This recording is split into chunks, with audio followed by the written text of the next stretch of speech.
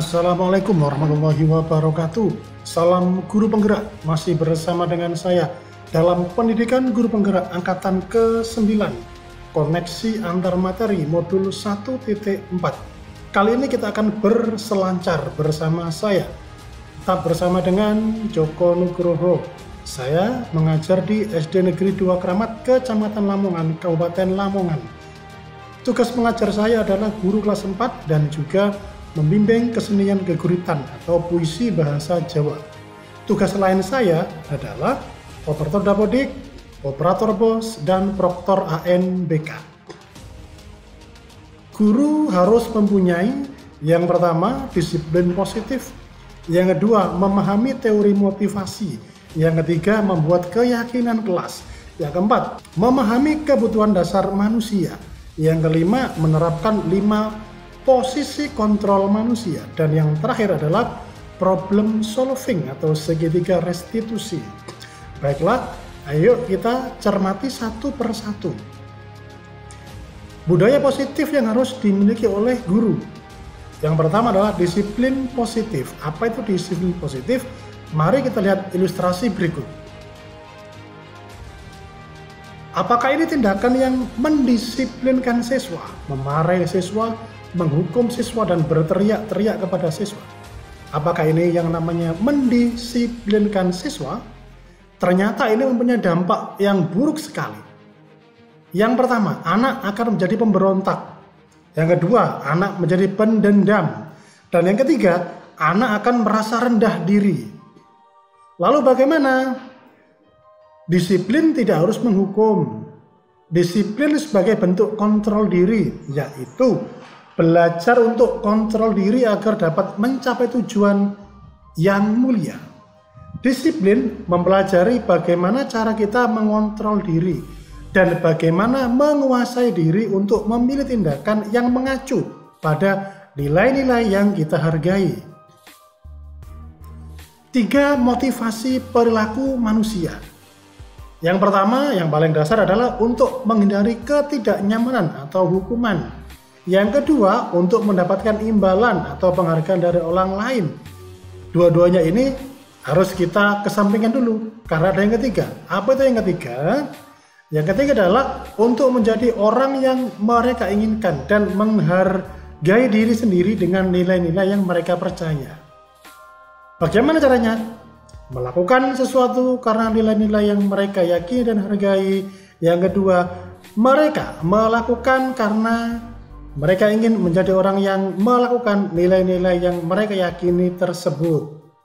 Dan yang akhirnya adalah motivasi yang akan membuat seseorang memiliki disiplin positif, karena motivasi berperilakunya bersifat internal bukan eksternal.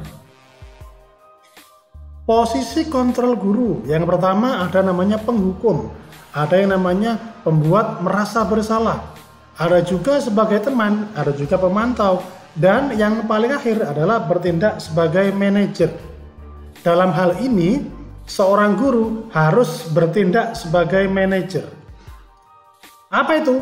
1. Guru berbuat sesuatu bersama dengan murid, mempersilahkan murid mempertanggungjawabkan perilakunya, mendukung murid agar dapat menemukan solusi atas permasalahannya sendiri.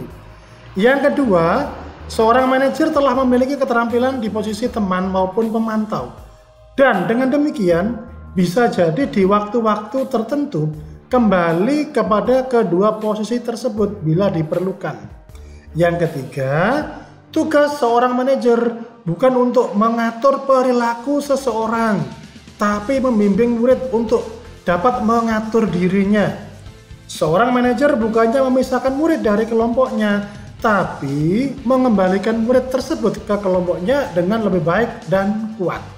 Yang terakhir, tujuan posisi kontrol seorang guru adalah pencapaian posisi manajer, di mana posisi ini murid dapat menjadi pribadi yang mandiri, merdeka, dan bertanggung jawab atas segala perilaku dan sikapnya, yang pada akhirnya dapat menciptakan lingkungan yang positif, nyaman, dan aman. Berikutnya adalah keyakinan kelas.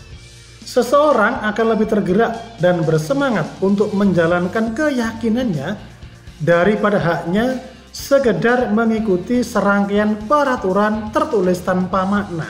Yang kedua, keyakinan yaitu nilai-nilai kebajikan universal yang disepakati secara tersirat dan tersurat, terlepas dari latar belakang suku, negara, bahasa, maupun agama. Dan yang ketiga, keyakinan kelas bersifat abstrak daripada pengaturan yang lebih rinci dan konkret. Keyakinan kelas berupa pernyataan universal. Pernyataan keyakinan kelas senantiasa dibuat dalam bentuk positif. Keyakinan kelas hendaknya tidak terlalu banyak, sehingga mudah diingat dan dipahami oleh semua warga kelas. Keyakinan kelas sebaiknya sesuatu yang dapat diterapkan di lingkungan tersebut.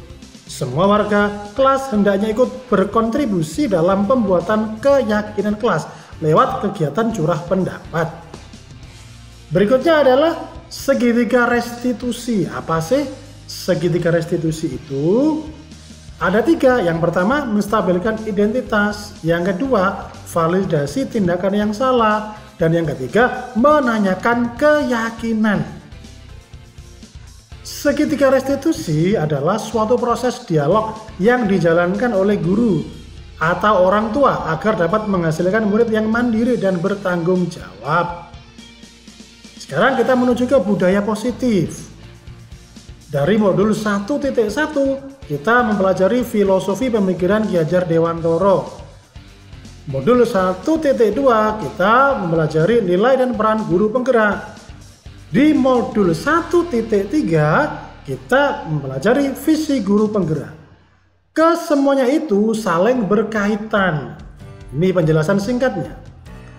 Pada modul 1.1, di mana guru harus dibentuk dulu pemikiran, karakter, kompetensinya dalam mendidik serta mengajar.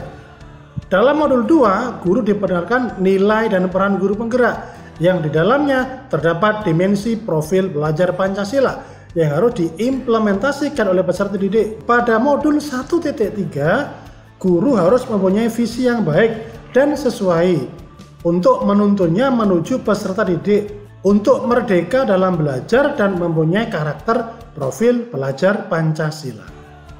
Perumpamaan ketika kita mempelajari modul 1.1 dan 1.4 adalah pada modul 1.1 kita diibaratkan seperti membangun pondasi rumah. Pada modul 2 kita ibaratkan membangun dinding. Pada modul ketiga, kita diibaratkan seperti memasang atap rumah. Dan modul keempat ini kita diibaratkan kita sudah membangun lantai rumahnya.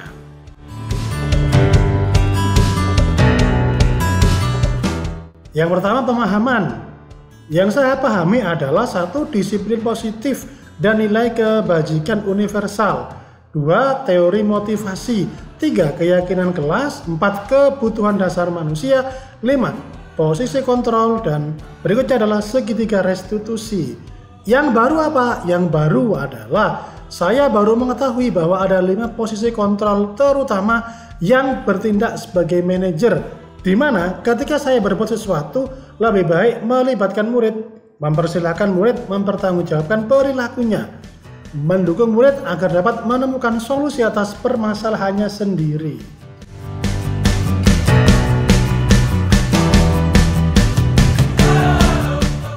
Pada awalnya, sebelum mempelajari modul ini, saya adalah tipe guru yang kadang memberikan penghargaan atau pujian kepada siswa yang berhasil melakukan sesuatu atau prestasi secara berlebihan.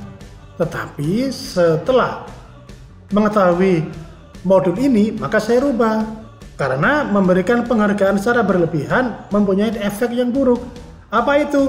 Merusak hubungan, mengurangi ketepatan, menurunkan kualitas, mematikan kreativitas, dan penghargaan itu juga bisa berperan sebagai hukuman.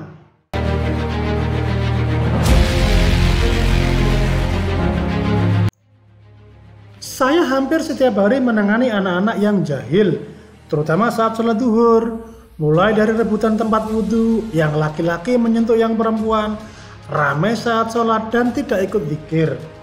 Dengan mempelajari 5 posisi kontrol, saya mencoba berperan sebagai teman dan manajer.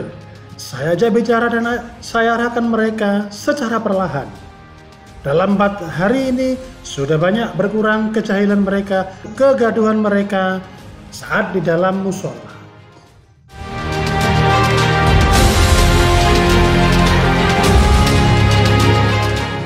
Awalnya agak kesal dan ingin marah juga karena itu terjadi hampir setiap hari.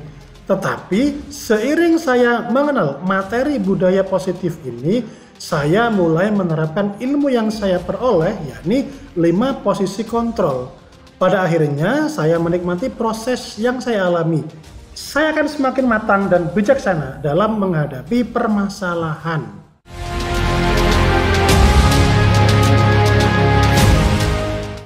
Saya merasa tertarik untuk menyelesaikan permasalahan dengan menggunakan metode segitiga restitusi dan 5 posisi kontrol. Dengan cara tersebut, saya merasa lebih efektif karena melibatkan murid secara langsung dan menanamkan kesadaran diri dalam diri mereka.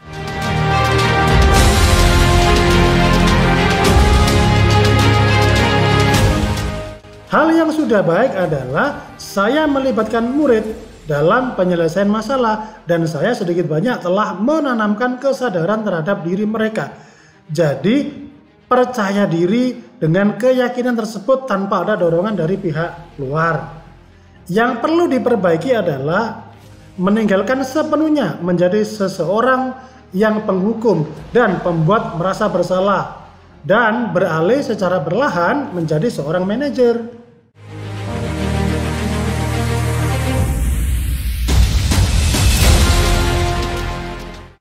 Sebelum mempelajari modul ini, saya sering pada posisi menjadi seorang penghukum dan pembuat merasa bersalah. Karena waktu itu saya berkeyakinan bahwa itu adalah cara paling ampuh mendisiplinkan murid. Setelah mempelajari modul ini, saya berupaya semaksimal mungkin untuk menjadi seorang manajer. Saya menjadi lebih optimis dalam menyelesaikan seluruh permasalahan tanpa menyalahkan siswa.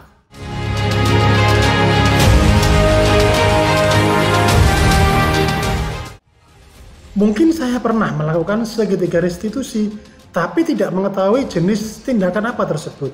Tapi setelah mempelajari modul 1.4 ini, saya baru tahu kalau saya pernah melakukan memvalidasi tindakan yang salah dengan memahami dan mengakui perasaan siswa, bukan memberikan izin untuk terus melakukan kesalahan.